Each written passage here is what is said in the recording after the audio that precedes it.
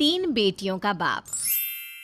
भावेश अपने माता पिता का इकलौता बेटा था, इसलिए शादी के बाद से ही माँ प्रमिला का हमेशा यही दबाव रहा कि अब तो बस जल्दी से बहू की गोद भर जाए और वो अपने गोद में पोता खिलाए।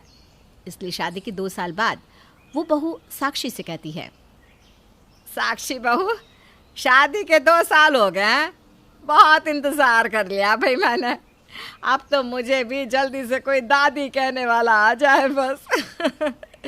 वक्त का क्या भरोसा है बेटा, आज हम हैं कल नहीं।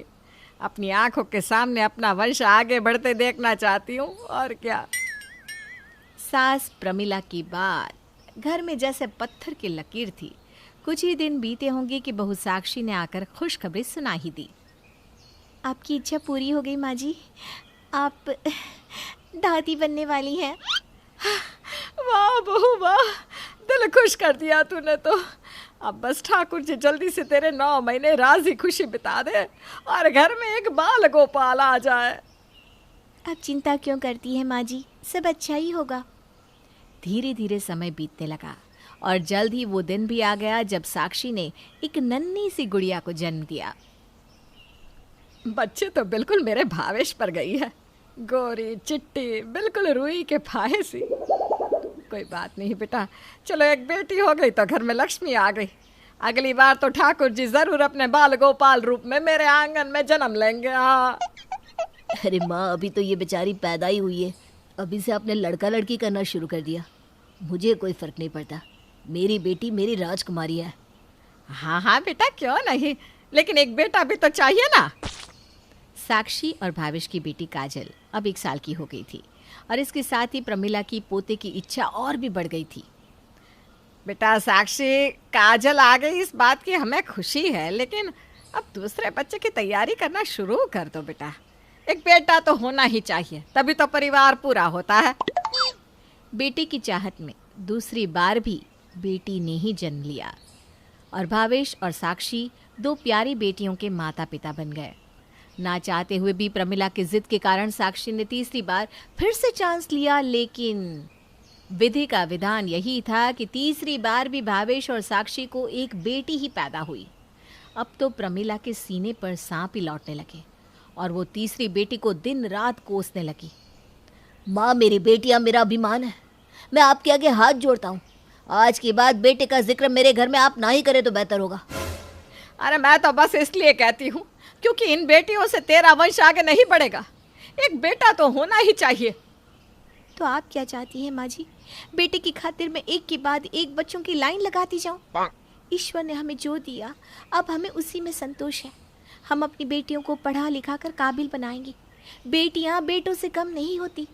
बेटे बहू की बात सुनकर प्रमिला मुंह टेढ़ा करके वहां से चली जाती है।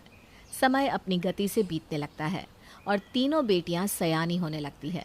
माता पिता के मार्गदर्शन में तीनों ही अपने स्कूल में बहुत अच्छा प्रदर्शन कर रही थी। साक्षी, मैं सोच रहा हूँ कि बड़ी बेटी काजल को ग्रेजुएशन के बाद बीएड करवा देते हैं।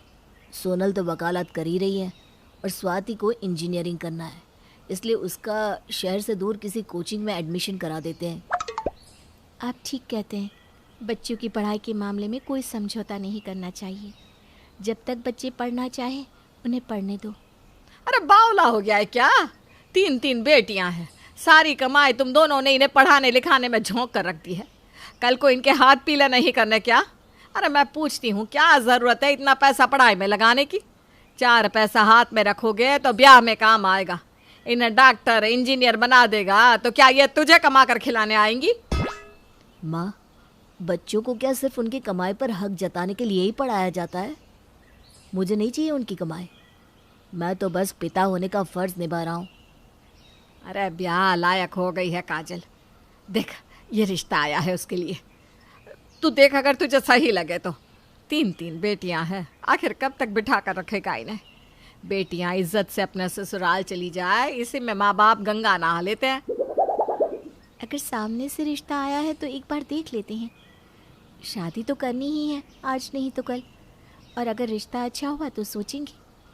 पत्नी और माँ की बात सुनकर भावेश रिश्ते की बात करने लड़के वालों के यहाँ जाता है। भाई साहब, मेरा बेटा लाख रुपया महीने का कमाता है, इकलौता बेटा है हमारा। हमने पढ़ाने लिखाने में बहुत खर्चा किया है।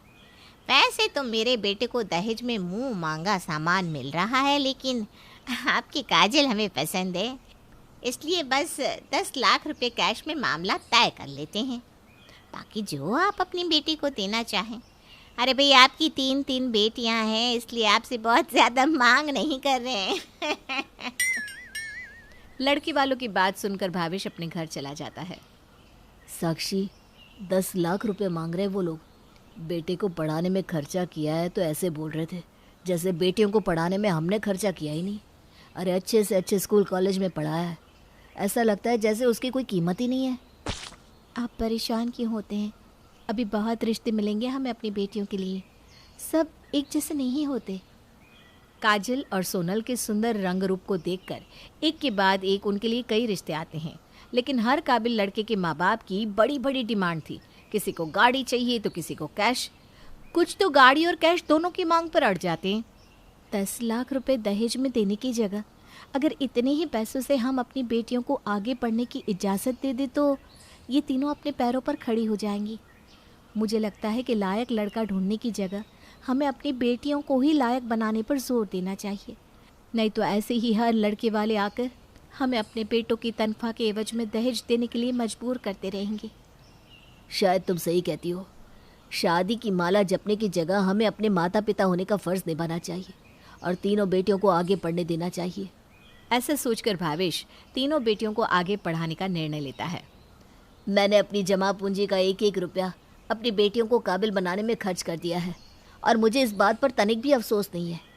अब बस उनके लिए अच्छे लड़के मिल जाए तो हमारी जिम्मेदारियां खत्म हो। अफसोस तो तुझे तब होगा बेटा जब तेरी ओवर एज लड़कियों से कोई ढंग का लड़का ब्याह करने को राजी नहीं होगा और शादी के लिए मोटा मोटा दहेज मांगेगा। माँ, ये लड़के वाले अपने बेटों की कमाई का घमंड दिखाकर ही तो दहेज की मांग करते हैं ना। आज मेरी बेटियां एक लड़के के बराबर शिक्षित हैं और उनके बराबर कमा भी रही हैं। अब तुम्हें दहेज की चिंता करने की ज़रूरत नहीं है। काजल एक सरकारी स्कूल में अध्यापिका बन गई थी। आज उसे देखने के लिए लड़के वाले आने वाले थे। बहुत अच्छी बात है कि आपने अपनी बेटी को अच्छे से पढ़ाया लिखाया है, लेकिन मेरा बेटा तो खुद इतना कमा लेता है कि काजल को नौकरी की ज़रूरत ही नहीं पड़ेगी। अब अच्छे रिश्ते यूं ही तो नहीं मिलते ना भाई साहब।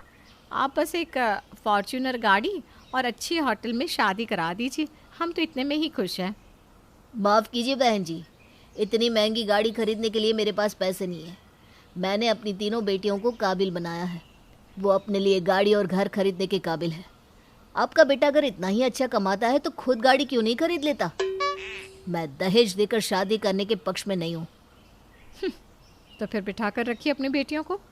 4 पैसे कमाने लगी तो बेटी बेटा तो नहीं बन गई ना। बेटियों की शादी बिना दहेज नहीं होती भाई साहब। अपना होनहार कमाओ बेटा, कोई आपको तो मुफ्त में देने से रहा। तब तो दहेज मुझे भी लेना चाहिए ना बहन जी, क्योंकि मेरी बेटियां भी होनहार और कमाऊ हैं, तो मैं अपनी बच्चियों को यूं ही क्यों ब्याह दूं? लेकिन फिर भी एक लड़की का बाप कभी ऐसा नहीं सोचता।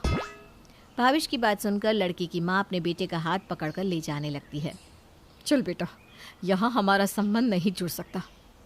रुक जाओ माँ, भावेश अंकल ठीक ही तो कह रहे हैं।